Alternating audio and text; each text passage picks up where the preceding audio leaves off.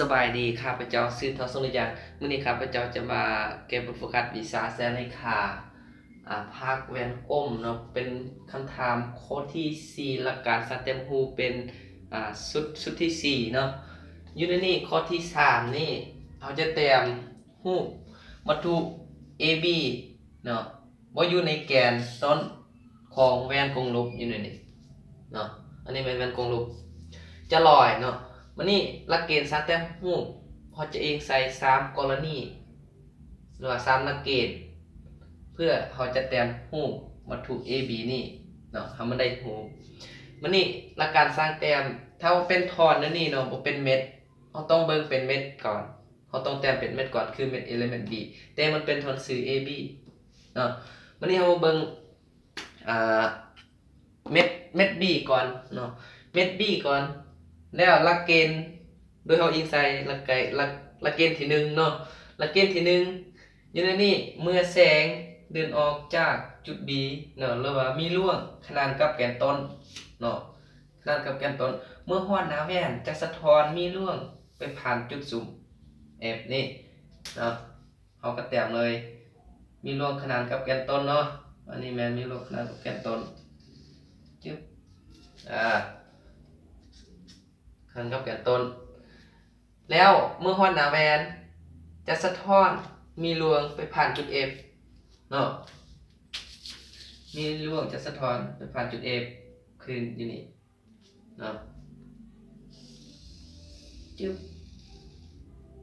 โอเคไปผ่านจุด F นี่คือแสงสะท้อนมันต้องขีดยาวพี่เนาะอันนี้เป็นกรณีที่1มานี่กรณีที่2ในเมื่อแสง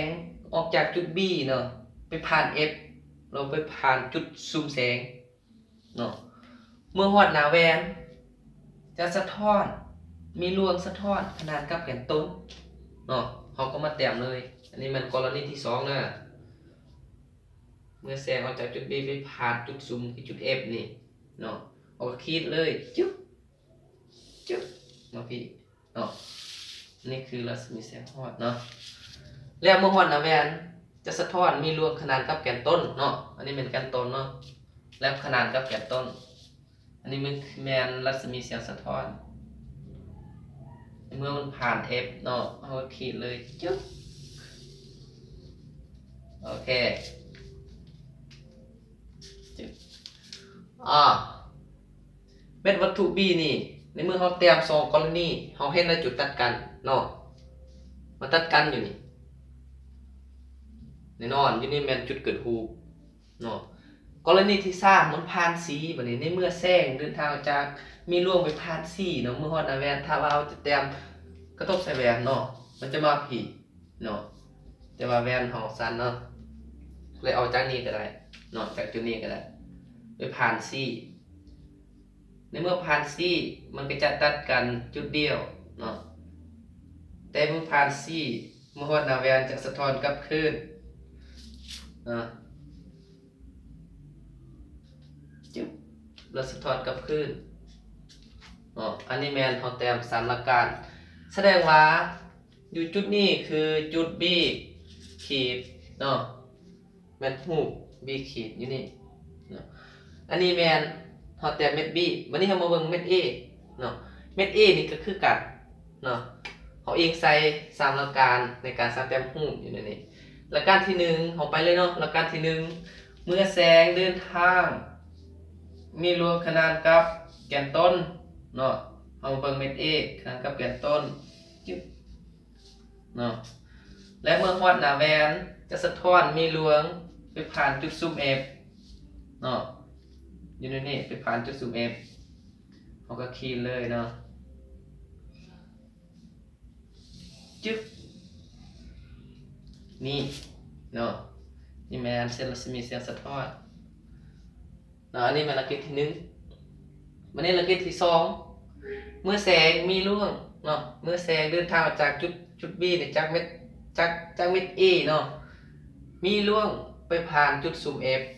เนาะมีร่วงไปผ่านจุดซูม F นะจึ๊บ แล้วเมื่อฮอดหน้าแวนจะมีร่วงสะท้อนขนานกับแกนต้นเนาะขนานกับแกนต้นอยู่ในนี้ขนานกับแกนต้นแล้วจิ๊บเนาะแต่มันเป็นรัศมีแสงเส้นสะท้อนเนาะแล้วสองหลักการนี้เขาจะเห็นว่ามันจะตัดกันอยู่พี่เนาะแน่นอนอยู่นี่เป็นจุดเกิดรูปคือรูป A ขีดเนาะวันนี้หลักเกณฑ์ที่3ในเมื่อมันผ่าน C เนาะเมื่อรัศมีแสงออกจากจุด A เนาะมีรวงไปผ่าน C เมื่อฮอดหน้าแวนจะสะท้อนกลับคืนเนาะแต่เขามาเอาจากจุดนี้ก็ได้เนาะไปผ่าน C จิ๊บจิ๊บโอเค3หลักการจะตัดกันอยู่นี่แสดงว่าอันนี้แม่นรูป A ขีดอันนี้แม่นรูป B ขีดเนาะแต่มันเป็นทวนซื่อเขาก็ขีดเลยเนาะแต่มันเป็นทวนซื่อเขาก็ขีดไว้จิ๊บจิ๊บเนาะแสดงว่าทวนซื่อ AB จะเกิดรูปอยู่นี่เนาะถ้าว่าเขาแต้มด้วยมุมฮอดกับมุมสะท้อนระหว่างเม็ด A และเม็ด B มันก็จะตัดกันอยู่นี่เนาะหรือว่าอย่างนี้เนาะถ้าเขาแต้ม B มันก็จะตัดอยู่นี่ถ้าเขาแต้ม A มันก็จะตัดอยู่นี่ฉะนั้นเราบ่ต้องแต้มก็ได้บ่จำเป็นเนาะเพราะว่าลายตัดอันนี้แม่นข้อที่3เนาะหลักการสแตมป์รูปจะในแม่นกงลบอันนี้เนาะสำหรับข้อนี้จะหมดเพียงเท่านี้เนาะขอบใจ